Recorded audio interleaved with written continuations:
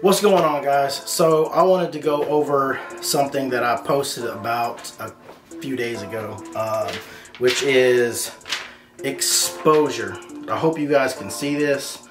I've got it on eye autofocus, so I'm gonna try to keep it as close to myself as possible. Maybe I'll stand up. So exposure is composed of three things: your aperture or f-stops, your shutter speed, and your ISO. Your ISO is basically the sensitivity, it's really gain, but it's the sensitivity of the sensor. Your f-stops controls the amount of light that is lit in to the camera. And your shutter speed controls the length of time that amount of light is lit into the camera. So say your correct exposure, say you're shooting some headshots, say you're shooting family portraits and you're doing individuals first and then you're going to do the group shots at the end. So say your correct exposure in manual mode is f2.8 and your shutter speed is at 1,000th of a second and your ISO is at 100. That's your correct exposure. That's what you've been shooting at. The images look good. It's in the afternoon. And then you want to go to the group shot, and you have a group of maybe 5 to 8 people that you're gonna pose. Well, your plane of focus has now gotten deeper because you're gonna stack people in different layers. So you need to increase your depth of field, because your f-stops also control your depth of field. You want to make sure that everybody is in focus. So to make sure everybody's in focus, let's say you just want to shoot at f8 to make sure everybody in the group's in focus. So you move from f2 to f4, from f4 to f5.6, f5.6 to f8.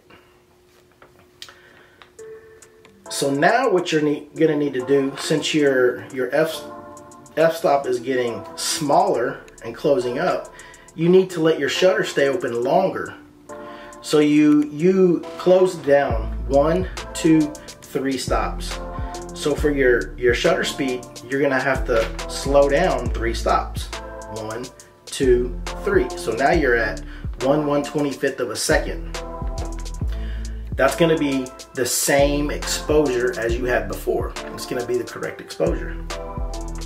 Okay? So let's say that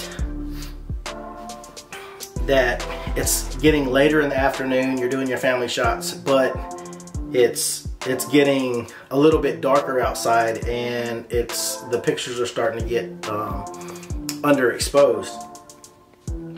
So what you can do then is you can bump up your ISO as needed, because you don't want to go any slower. You know, you might be able to go slower, but you're afraid of like camera shake. So you don't want to, just say you don't want to go any slower than 1/25th of a second. So you can move up your ISO. So back in the day, whenever I learned photography, it was back in the film days. We didn't have the third stops in the camera. All of our stops were full stops, and that's what these are, full stops. Today, I don't even mess with the stops in between the full stops. I don't. Same thing with shutter speeds. I don't even mess with them, because I have this memorized. So I know if I'm out in the field shooting in manual mode and I need to stop down 3 stops, I know exactly what I need to do to get the correct exposure again. So that's just kind of a tip. I hope this helps somebody. I hope this makes a little bit more sense. If you're having problems with manual mode and exposure, This is not maybe a perfect example, but this is kind of like a diagram that I have memorized in my head, and it helps me, and I use it all the time. So anyway, that being said, I hope you guys are doing well, and I'll see you in the next video.